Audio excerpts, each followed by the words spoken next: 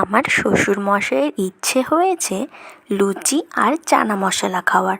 তো চলো তোমাদেরকে দেখিয়ে দিই চানা মশলা কী করে রান্না করা হলো। তো সবার প্রথমেই আমাদেরকে করতে হবে কি না, কাবলি ছোলাগুলোকে আগের থেকে জলে ভিজিয়ে রাখতে হবে।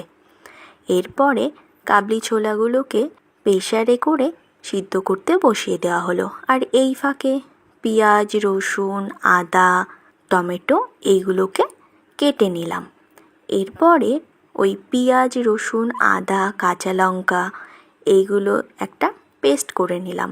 এরপরে গ্যাসের ওপরে বসিয়ে দিলাম কড়াইতে দিয়ে দিলাম সর্ষের তেল, আর তার মধ্যে গোটা জিরে, শুকনো লঙ্কা আর তেজপাতা ফোড়ন দিলাম। এর মধ্যে দিয়ে দেওয়া হলো সেই পেস্ট করে রাখা মশলাটা দিয়ে একটু ভাজা ভাজা হলে তার মধ্যে দিয়ে দেওয়া হলো গুঁড়ো ধনে আর গুঁড়ো জিরে, আর তার সাথে পরিমাণ মতো লবণ, হলুদ আর শুকনো লঙ্কার গুঁড়ো।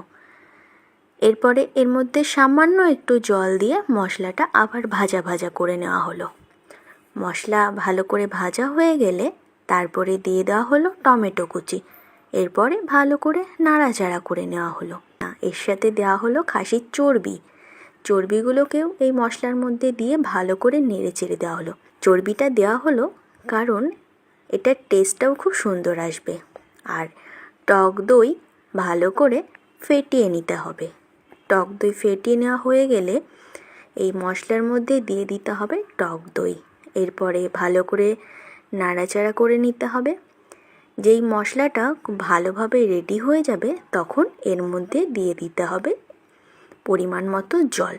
আর যে ছোলাগুলোকে সিদ্ধ করে রাখা হয়েছিল সেই ছোলাগুলো এর মধ্যে দিয়ে দিতে হবে, এবং তার সাথে দিয়ে দিতে হবে কাশ্মীরি লঙ্কার গুঁড়ো, টক ভাব কাটানোর জন্য চিনি আর চানা মশলা পাউডার।